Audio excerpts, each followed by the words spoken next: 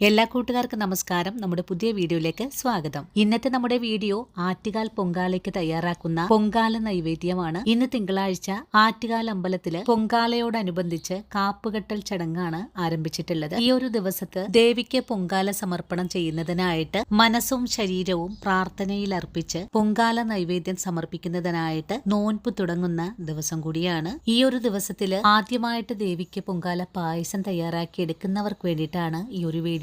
അപ്പോൾ നമുക്ക് നമ്മുടെ വീഡിയോ കാണാൻ പോകാം.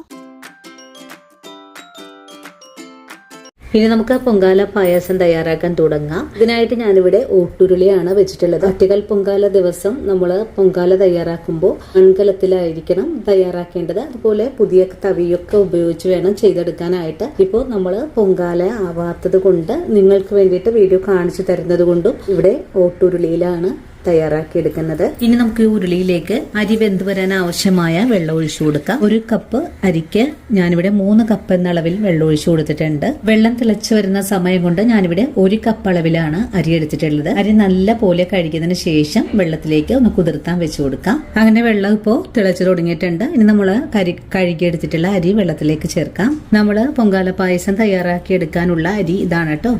ഇത് പുന്നല്ലരിയാണ്. പായസമൊക്കെ വെക്കുന്ന അരി തന്നെയാണ് എടുത്തിട്ടുള്ളത്. ഇനി കഴുകിയെടുത്തിട്ടുള്ള അരി വെള്ളത്തിലേക്ക് ചേർക്കാം.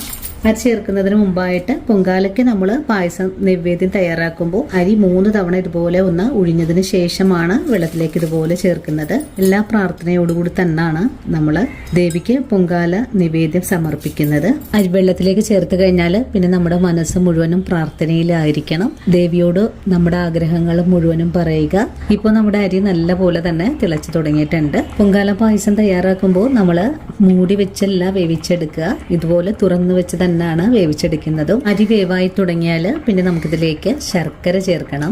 ഇപ്പോൾ നമ്മുടെ അരിയിലുണ്ടായിരുന്ന വെള്ളം മുഴുവനും തന്നെ ഒന്ന് വറ്റി അരി ഒന്ന് വേവായി വന്നിട്ടുണ്ട്.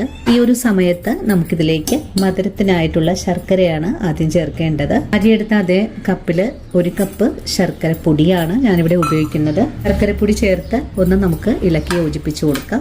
ആദ്യ കപ്പ് ശർക്കരപ്പൊടി ചേർത്ത് ഇളക്കി കൊടുത്തതിന് ശേഷം കുറച്ചുകൂടെ നമുക്കിതിലേക്ക് ചേർക്കാം. ശർക്കരപ്പൊടിക്ക് പൊതുവെ മധുരം കുറവായിരിക്കും. അപ്പൊ നമുക്കിതിലേക്ക് 1/2 കപ്പും കൂടെ ചേർത്ത് കൊടുക്കാം. ഇനി നല്ലോണം തന്നെ ഒന്ന് ഇളക്കി കൊടുക്കാം. അപ്പൊ നമ്മൾ ആദ്യം ചേർത്ത് കൊടുത്തിട്ടുണ്ടായിരുന്ന ശർക്കരപ്പൊടി ഒന്ന് മെൽറ്റായി വന്നിട്ടുണ്ട്. ശർക്കര പാനി ഒന്ന് വറ്റി ഇതൊന്ന് കട്ടിയായിട്ട് വരണം. അതുവരെ നമുക്ക് ഒന്ന് തിളപ്പിച്ചെടുക്കാം. ഈ ഒരു സമയത്ത് ഇതിലേക്ക് നാളികേരം തിരുമിയത് കൂടെ ചേർക്കാം. ശർക്കര ചേർത്ത് തിളച്ചു കഴിഞ്ഞാൽ പിന്നെ നമുക്ക് നാളികേരം തിരുമിയത് ചേർക്കാം.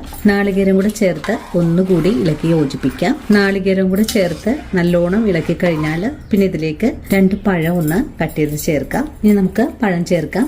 പഴം നമ്മൾ കദളിപ്പഴം അങ്ങനെയുള്ള പഴക്കാണ് ഉപയോഗിക്കുന്നത്. കദളിപ്പഴം കിട്ടാത്തത് കൊണ്ട് ഞാലിപ്പൂവൻ പഴമാണ് ചേർക്കുന്നത്. അല്ലെങ്കിൽ നിങ്ങൾക്ക് മൈസൂർ പഴവും ചേർക്കാവുന്നതാണ്. ഇതുപോലെ ഒന്ന് ചെറുതായിട്ട് കട്ട് ചെയ്ത് ചേർക്കുക. പഴം ചേർത്ത് കഴിഞ്ഞാൽ ഒന്നുകൂടെ ഇളക്കി യോജിപ്പിച്ചു കൊടുക്കുക. നല്ലതുപോലെ ഇളക്കി യോജിപ്പിച്ചതിന് ശേഷം ഇതിലേക്ക് കാഷ്യൂസോ റൈസിൻസ് ഒക്കെ ചേർക്കാവുന്നതാണ്. നല്ലതുപോലെ കഴുകിയതിന് ശേഷം കാഷ്യൂസും റൈസിൻസും ചേർക്കാം. ഇനി കുറച്ച് നെയ്യും കൂടെ ഒഴിച്ചു കൊടുക്കാം.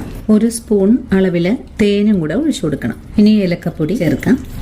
വീണ്ടും എല്ലാം കൂട്ടിച്ചേർത്ത് ഒന്ന് ഇളക്കി കൊടുക്കാം. അങ്ങനെ ആറ്റുകാൽ പൊങ്കാല ദിവസം തയ്യാറാക്കിയെടുക്കുന്ന പൊങ്കാല പായസം ഇവിടെ റെഡി ആയിട്ടുണ്ട്. ഇനി പൊങ്കാല ദിവസങ്ങളിൽ ആദ്യമായിട്ട് പൊങ്കാല പായസം തയ്യാറാക്കി എടുക്കുന്നവർക്ക് വേണ്ടിയിട്ടാണ് നമ്മുടെ ഇന്നത്തെ വീഡിയോയും. ഈ ഒരു വീഡിയോയും കണ്ടിട്ട് എല്ലാവരും ഇതുപോലെയൊക്കെ ഒന്ന് തയ്യാറാക്കി നോക്കണം. തയ്യാറാക്കി നോക്കുമ്പോൾ നിങ്ങൾക്ക് ഈ ഒരു രുചി ഇഷ്ടപ്പെടുവാണെങ്കിൽ തീർച്ചയായിട്ടും നമ്മുടെ പേജ് ഒന്ന് ഫോളോ ചെയ്യാൻ മറക്കരുത്. അതുപോലെ വീഡിയോ കുറിച്ചുള്ള അഭിപ്രായങ്ങൾ കമന്റ്സ് ആയിട്ട് അറിയിക്കാനും മറക്കരുത്. ഇനിയിപ്പോൾ ആദ്യമായിട്ട് നമ്മുടെ വീഡിയോസ് കാണുന്ന കൂട്ടുകാരാണെങ്കിൽ നമ്മുടെ പേജ് ഒന്ന് ഫോളോ ചെയ്ത് നമ്മുടെ ഫാമിലിയിൽ മെമ്പർ ആകാനും മറക്കരുത്. അപ്പോൾ ഇനി നല്ലൊരു വീഡിയോ ആയിട്ട് നാളെ കാണാം. അതുവരെ ഒത്തിരി സ്നേഹത്തോടെ വീണ്ടും കാണാം.